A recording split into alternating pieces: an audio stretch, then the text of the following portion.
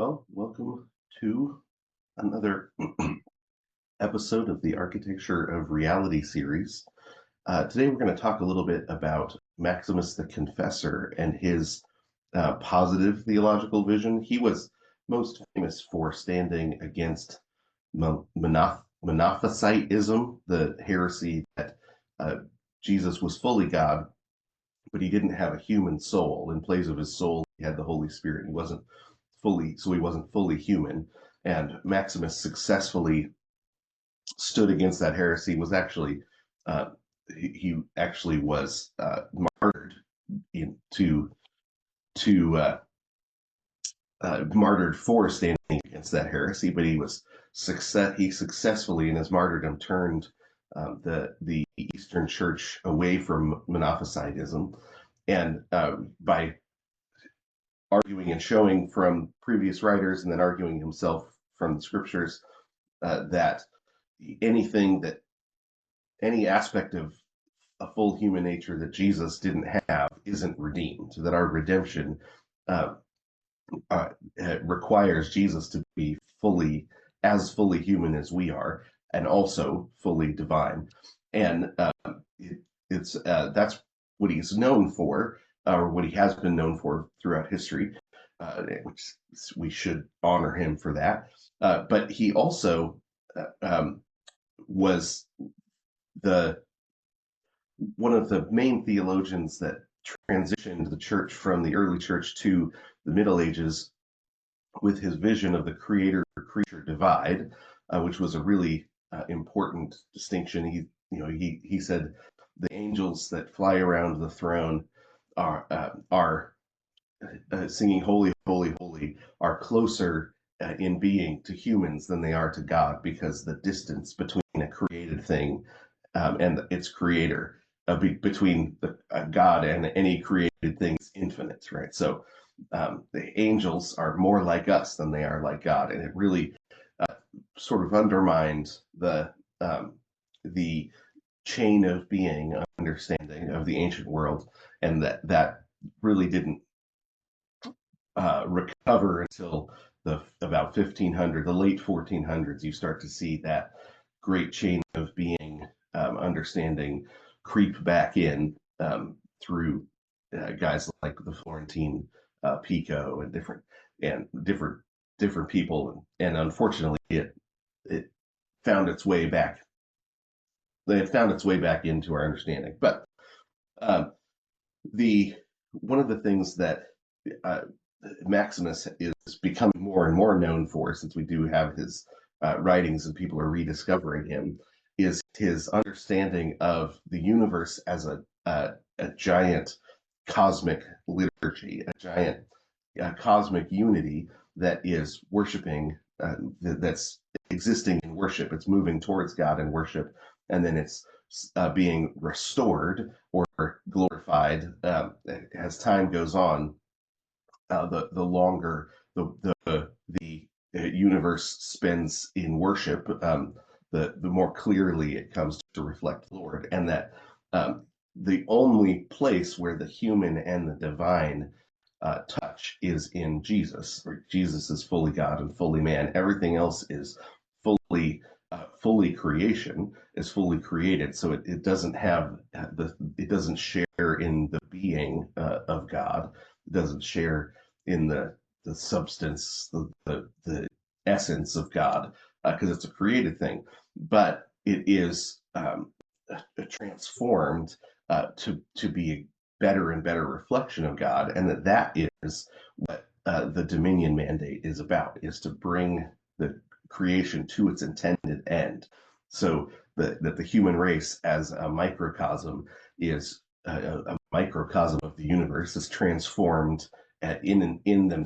We as humans are transformed in ourselves as we come towards the Lord in worship, and then we're sent out into the world to transform the world so that it more fully and completely reflects God. And one of the things that is great about this understanding is that the universe doesn't have to, you don't have to get it out of the way in order to see God, but that it is intended to be a reflection, one giant analogous reflection of the nature of God.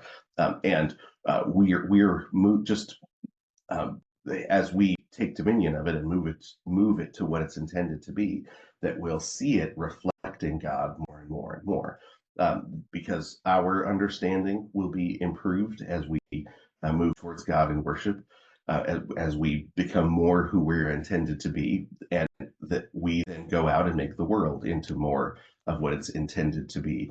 And um, the so so he looked up into the sky, and this is where he begins his conversation. He saw that the cosmos, the sun, the moon, the stars, that it all moved together, and he said, "Oh, that's like a liturgy, right? That this is a gigantic, cosmic liturgy of worship before the throne of God. That's why we live in a universe that moves, that's in constant motion, because the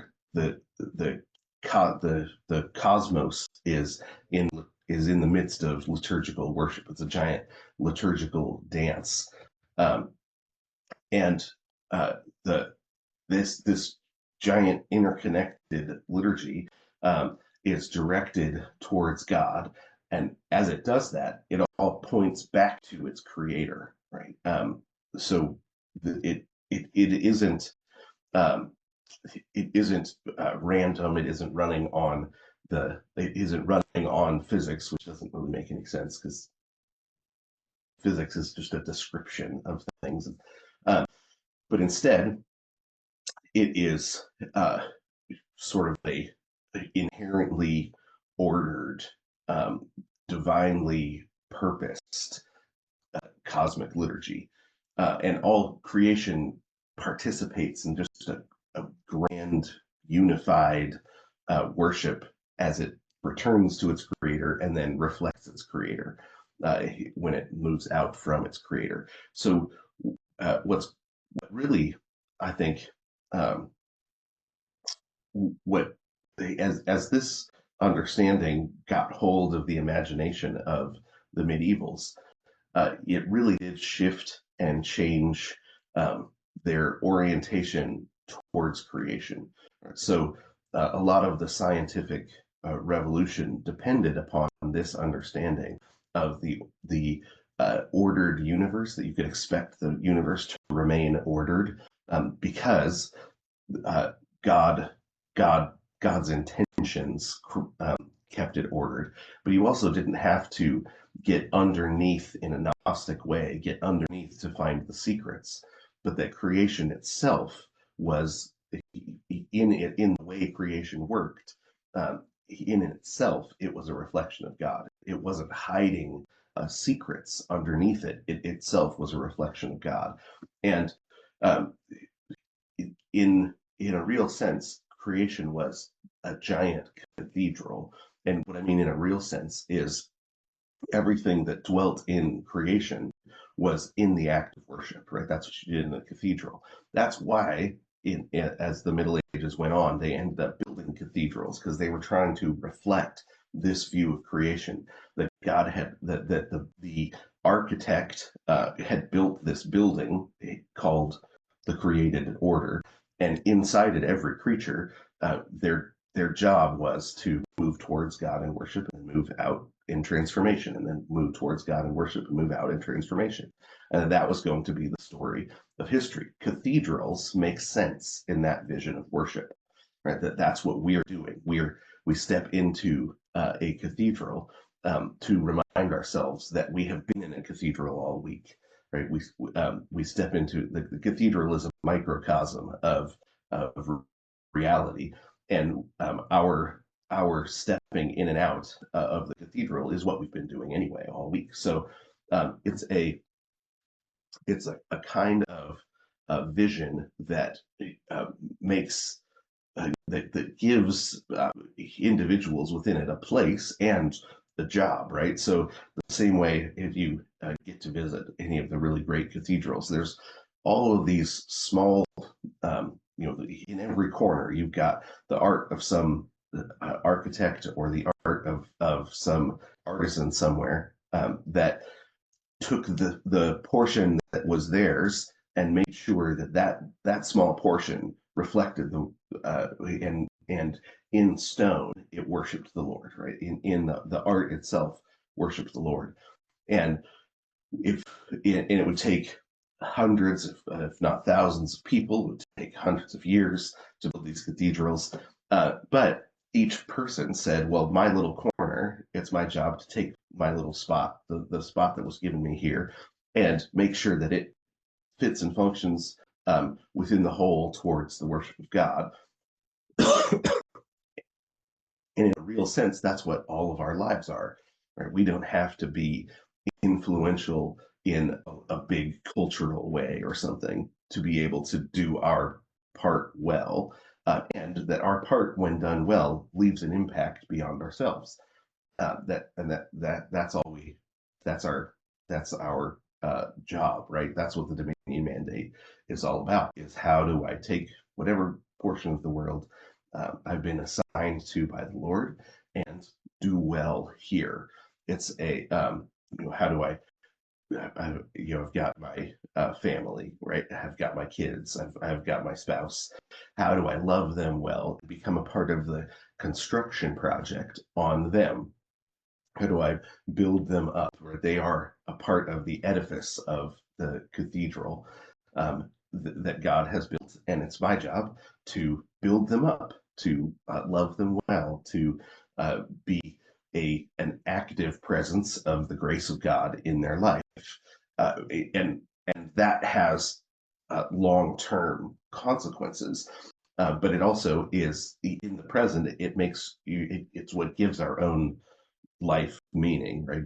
It's not, you read something like the Iliad and you see that Achilles only thinks his life will have meaning if he's remembered after he dies and they sing his praises, right? If he's forgotten, then his life turned out to have no meaning.